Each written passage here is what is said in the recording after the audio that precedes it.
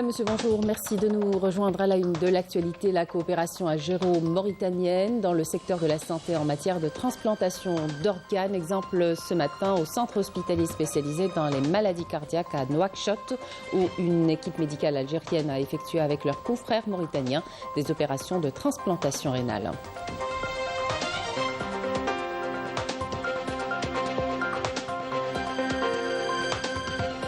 On ira à Skikda, dans la commune de Bin El Ouidem, où est implantée l'entreprise Colocork qui produit plus d'1,5 million de boudins de liège naturel par an, destinés exclusivement à l'exportation. À l'étranger, alors que des dizaines de Palestiniens tombent en martyrs chaque jour, les élèves, eux, caressent l'espoir de reprendre leurs études résignés. Ils crient leur désespoir au milieu de cette guerre génocidaire.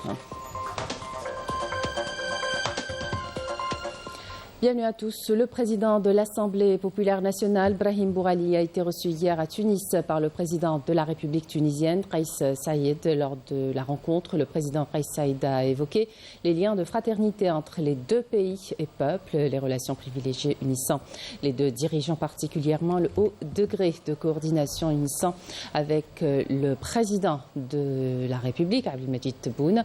Dans ce contexte, le président tunisien a salué les conclusions de la rencontre du sommet tripartite Algérie-Tunisie-Libye, passant en revue l'histoire commune, le présent exceptionnel et l'avenir prometteur entre l'Algérie et la Tunisie. De son côté, Bourali a transmis au président tunisien les salutations de son frère, le président de la République, Abdelmadjid Tebboune, qui porte tout le respect pour la Tunisie et pour le président Kais Saïed, félicitant le peuple tunisien à l'occasion du 67e fête de la République, lui souhaitant davantage de progrès, de prospérité et de stabilité. L'opération de réception des recours des prétendants à la candidature à la présidentielle du 7 septembre, dont les dossiers ont été rejetés par l'ANI, se poursuit. La Cour constitutionnelle a reçu depuis l'annonce jeudi par l'autorité nationale indépendante des élections des dossiers de candidature acceptés pour la présidentielle du 7 septembre. 5 recours introduits par des prétendants à la candidature. Le secrétaire général du Parti du Front de Libération Nationale, Abdelkarim Ben Mbarak, a présidé hier à Alger l'installation du Comité national d'animation politique des jeunes et la création des cellules régionales des jeunes du parti en prévision de l'élection présidentielle du 7 septembre prochain. L'installation de ce comité vise à contribuer à la réussite de l'échéance du 7 septembre prochain et à sensibiliser les citoyens à la nécessité de participer massivement à cette élection. Le prochain scrutin revêt donc une importance pour les Algériens à l'intérieur, mais aussi à l'extérieur du pays. Je vous invite à écouter ce qu'en pensent des membres de la communauté établie en France. Déjà, en tant que chef d'entreprise et chercheur et un vécu, je suis père et grand-père pratiquement de plus de 35 ans ici en France.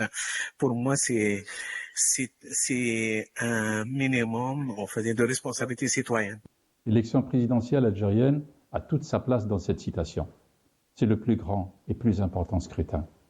Choisir un homme ou une femme qui dirigera, engagera et défendra le pays, en national et à l'international, reste pour chaque Algérien un critère majeur de confiance. Le président élu sera le garant de l'indépendance algérienne, conformément au serment de novembre 1954.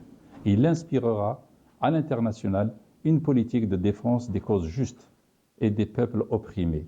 Alors pour moi, la population algérienne qui vit justement à l'étranger a la possibilité de s'exprimer. C'est ça qui est important, c'est-à-dire que les élections, on peut voter de n'importe quel endroit du monde. Donc c'est vraiment la démocratie qui s'exprime le plus largement possible. La coopération entre l'Algérie et la Mauritanie se renforce, notamment dans le domaine de la santé.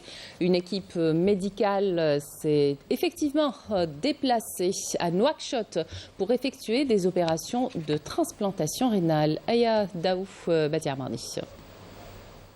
C'est ici au centre hospitalier spécialisé dans les maladies cardiaques à Nouakchott qu'une équipe médicale algérienne s'est déplacée pour effectuer avec leurs confrères mauritaniens des opérations de transplantation rénale. Cette action s'inscrit dans le cadre de l'engagement du président de la République Abdelmadjid Tebboune, pris devant son homologue mauritanien Mohamed Ould Cheikh El Ghazouani en marge du sommet du gaz qui a trait au renforcement de la coopération entre les deux pays frères, notamment dans le domaine de la santé. Le président de la République mauritanien a rendu visite à la délégation médicale algérienne et a salué l'engagement du président de la République algérien. C'était exceptionnel, c'est allé très vite. C'est la volonté du président Tebboune, mon frère, le président Tebboune, qui a effectivement qui m'avait pris l'engagement que ça allait à un rythme effectivement qui convenable et très rapide, et cette parole a été bien tenue. Cette jeune fille a subi une greffe rénale grâce au savoir-faire de l'équipe médicale mixte algéro-mauritanienne. Ainsi donc, l'engagement pris par le président de la République Abdelmadjid Tebboune n'a pas tardé à se concrétiser. C'était rapide, vraiment très rapide. Tout a été mis en œuvre, tous les moyens ont été mis à notre disposition pour faire réussir les deux greffes. C'était excellent sur le plan post-op, équipe médicale et paramédicale, équipe administrative. C'est fait sur 2 ans. Chaque 2 mois, il y aura la mission algérienne qui va venir, jusqu'à nous, on soit autonome, que l'équipe soit autonome. L'objectif, c'est d'avoir une équipe au minimum, une équipe autonome ici, qui va former les autres équipes, mais ça nécessite entre 30 et 50 greffes. Donc, ils ont la possibilité de venir chez nous. Nous, on fait au minimum 8 à 10 greffes par mois. Donc, ils ont cette chance d'assister avec nous, de rentrer au bloc opératoire, d'assister à la préparation, au suivi des patients chez nous, et on viendra 1 mois sur 2 pour les assister à faire au minimum 4 couples. Cette fois-ci, on a fait un seul pour le démarrage. L'expérience des équipes médicales algériennes dans le domaine de la transplantation rénale n'est plus à démontrer. Aujourd'hui, cette même expérience est partagée avec les médecins mauritaniens dans le cadre de la coopération entre les deux pays. Implantée à Bin Louiden, près de Skikda, l'entreprise Colocork produit plus d'1,5 million de boudins de liège naturel par an, destinés exclusivement à l'exportation. Voyez ce reportage de Naïm Al-Walish. Nouvel investissement chez Colocork, une ancienne usine de Liège qui produit désormais que des boudins dont on fabrique tout type de bouchons destinés exclusivement à l'exportation. La matière première, ce sont des déchets de Liège que vous voyez là. Ils sont triturés puis collés grâce à cette nouvelle machine qui les transforme en boudins. Afin de donner le maximum de valeur ajoutée à nos produits de Liège et de minimiser au maximum la consommation de ce produit qui se fait rare ces derniers temps, nous avons décidé donc d'investir dans la production de produits agglomérés de Liège qui nous permet donc de récupérer nos déchets et les déchets des artisans qui travaillent dans le créneau aux alentours, dans la région, donc dans la région Gigel-Colo, et de produire donc des boudins agglomérés destinés à l'exportation en Chine, où ils pourront faire des bouchons agglomérés en fonction des dimensions souhaitées. L'entreprise qui emploie 23 salariés a une capacité de production de 1,5 million de boudins par an et peut même produire des rondelles destinées au secteur sportif. L'exportation, c'est notre activité principale. La société Star Colocork a été créée en 1994 et a toujours été une société d'exportation de produits en liège. Nous avons commencé avec des petits investissements pour faire donc des bouchons et des rondelles en liège naturel.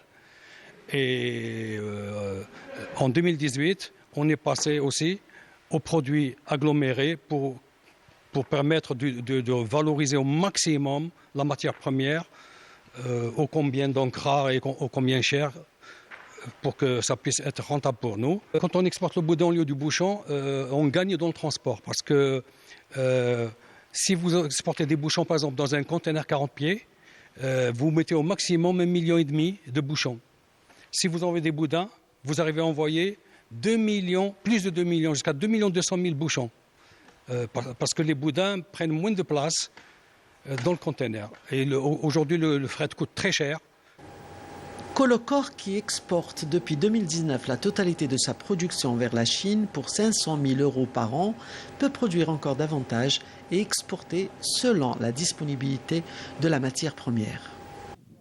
Dans le cadre du suivi des grands projets intégrés et structurants et dans le souci de l'Algérie de valoriser ses ressources naturelles pour atteindre l'autosuffisance, la mine de minerai de fer de Garachbilet à Tindouf constitue une valeur économique ajoutée pour réaliser un essor de développement dans la région et dans le pays. Massine Hamia Melikablel. La mine de Garachbilet, un projet structurant à caractère stratégique, est considéré aujourd'hui comme le début d'une nouvelle ère dans l'exploitation de la mine de fer et d'acier. Ce tournant important marquera une transformation essentielle dans le parcours du développement économique et industriel dans la région.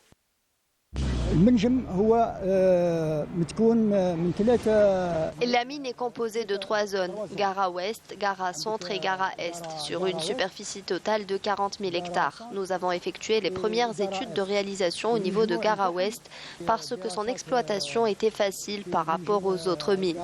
Le minerai n'est pas très profond, il se situe à seulement 50 ou 60 cm de la surface.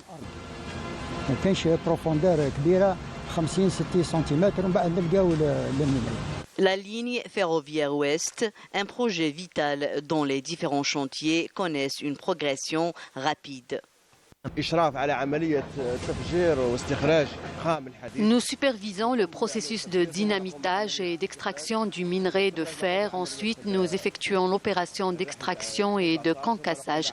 Après cela, nous transportons le minerai vers la zone de stockage avant de procéder au traitement d'environ 4 millions de tonnes de minerai dans une usine de traitement primaire. Il sera acheminé ensuite vers la région de Béchar.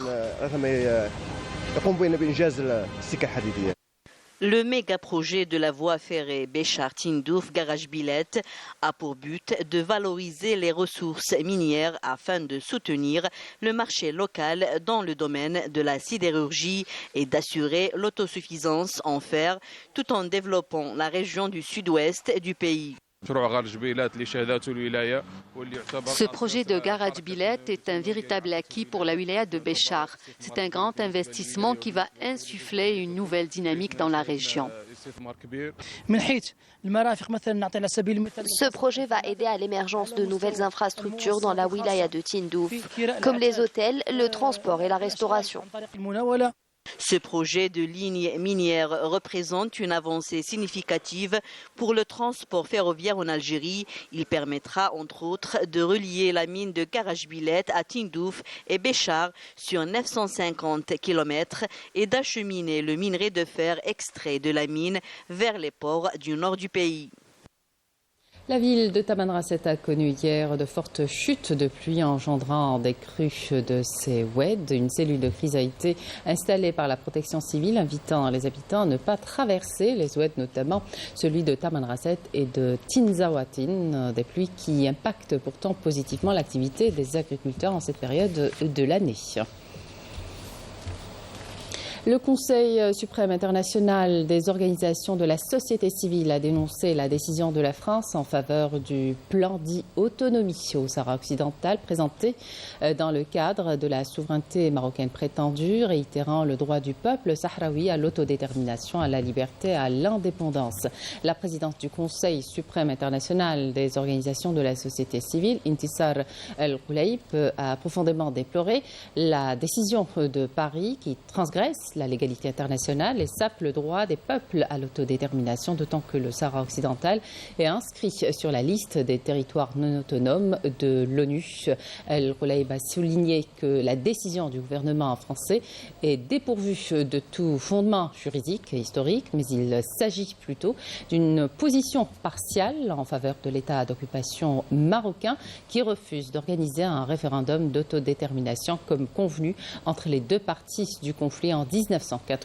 De fait, le Conseil appelle les gouvernements du monde à soutenir la cause sahraoui et de faire pression sur l'État d'occupation pour le contraindre à se plier au droit international en vue de la décolonisation de la dernière colonie africaine. Alors que les obus s'abattent aux environs des écoles d'El Aouda qui abritent des personnes déplacées, les élèves palestiniens crient leur désespoir et revendiquent leur droit le plus élémentaire, celui de l'éducation. L'entité sioniste a sciemment paralysé tout le système éducatif de Gaza. Yamina Saïdji. Rassemblés dans la cour de l'hôpital Chouhada El-Aqsa, lycéens et universitaires crient leur désespoir. L'agression sioniste a empêché plus de 39 000 jeunes de passer leur examen, un autre droit bafoué par l'entité sioniste. L'occupation sioniste a détruit nos rêves, nos vies. Aujourd'hui, nous sommes censés fêter nos résultats scolaires, mais malheureusement, nous ne pouvons plus fêter quoi que ce soit avec cette guerre génocidaire. En théorie, aujourd'hui, c'est le jour où on doit afficher les résultats. Seule lueur d'espoir pour moi. Cet élève qui sort de sa maison en ruine a le regard hagard. Elle aurait aimé partir chercher ses résultats scolaires. C'est ma dernière année de lycée, je voulais obtenir de bons résultats, mais l'occupation sioniste a détruit nos vies. Nous avons perdu espoir, survivre est devenu notre seul souhait. Il faut savoir que l'armée de l'occupation sioniste a tué 400 enseignants, plus de 450 élèves et détruit plus de 290 écoles et des dizaines d'universités, paralysant ainsi le système éducatif palestinien. Les avocats marocains ont de nouveau manifesté devant le siège du Parlement à Rabat pour dénoncer le projet de loi sur la procédure civile. Le texte est jugé offensant et régressif pour les droits constitutionnels. Les avocats réclament la démission du ministre de la Justice responsable de cette situation. Yamina Saïdji.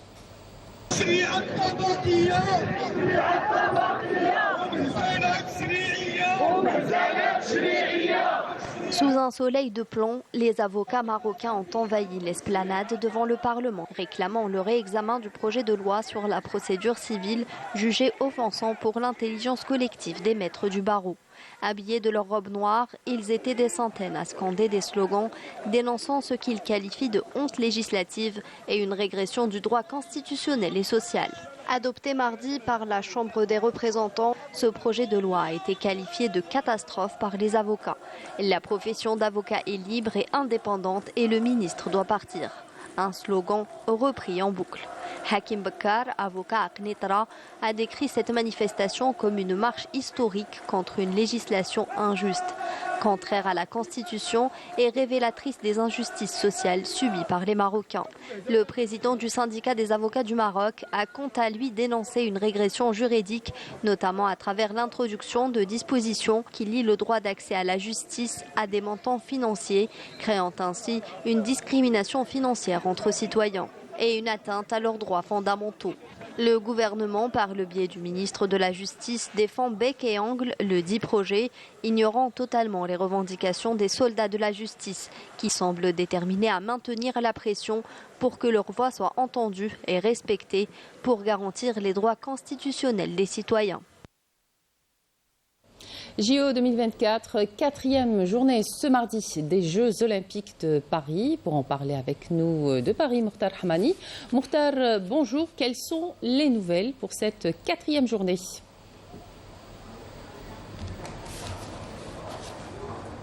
Oui, bonjour Amina, 4e journée pour la participation algérienne, entamée tôt ce matin par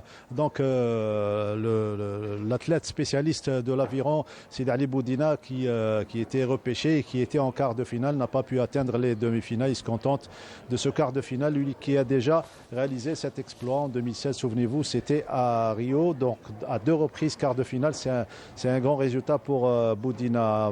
Midi 35, il y aura Nesserine Mjahad, la nageuse, qui va faire son entrée en lice. Elle a été invitée pour participer à ces Jeux. Donc il ne faut pas s'attendre à grand chose, mais à une bonne prestation. Inch'Allah qu'elle va se qualifier au prochain tour. Mais sinon, la forte sensation de cette matinée, c'était Amina Belkadi, la judokate, et la seule chance de résultat dans cette discipline, puisqu'il y a eu, on se souvient, le retrait de, donc surtout le retrait de Messoud. Msaoud, le judoka. Donc c'est la seule chance à Amina Belkadi. Et aujourd'hui, elle a entamé les 32e de finale avec une belle surprise et un exploit en éliminant une athlète judokate vénézuélienne après le golden score, puisque les deux athlètes n'ont pas réussi à se départager 0-0. Donc il fallait le golden score. Et au 16e de finale, juste après, elle rencontre l'une des judokates les mieux loties dans le Gotha mondial, une Slovène. Elle a réalisé un excellent combat jusqu'aux derniers instants. Elle était un petit peu gourmande et elle voulait gagner. Elle s'est faite surprendre par la Slovène et donc elle quitte la compétition au 16e de finale. Mais elle n'a pas à rougir, on va l'écouter. Même si elle est un petit peu déçue, elle était à notre micro.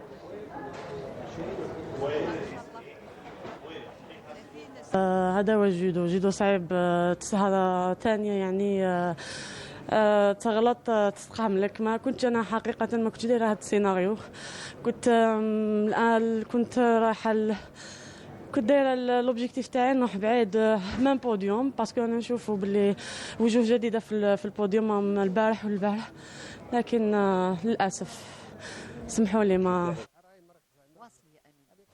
Les sportifs algériens peuvent compter sur le soutien de notre communauté en France. L'emblème national était à chaque fois présent dans les gradins pour la dose d'émotion qui transcende, comme l'a si bien décrit Mokhtar Hamani. L'emblème national présent en force dans les plus grandes manifestations sportives mondiales, c'est désormais une réalité à laquelle il faudrait s'y faire. Les athlètes algériens sont dans toutes les arènes des Olympiades bercées par le fameux One, Two, Three, Viva l'Algérie.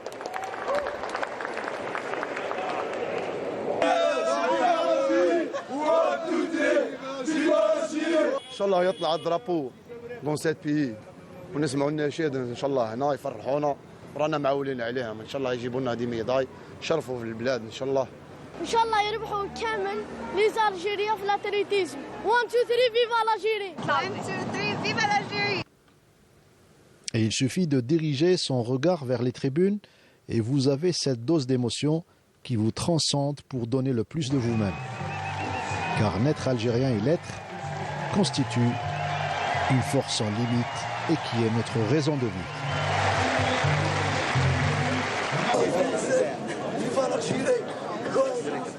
Voilà qui termine cette édition. Merci de votre attention. Tout de suite les prévisions météo avec Kamel Aribi. Excellente suite des programmes sur Canal Algérie.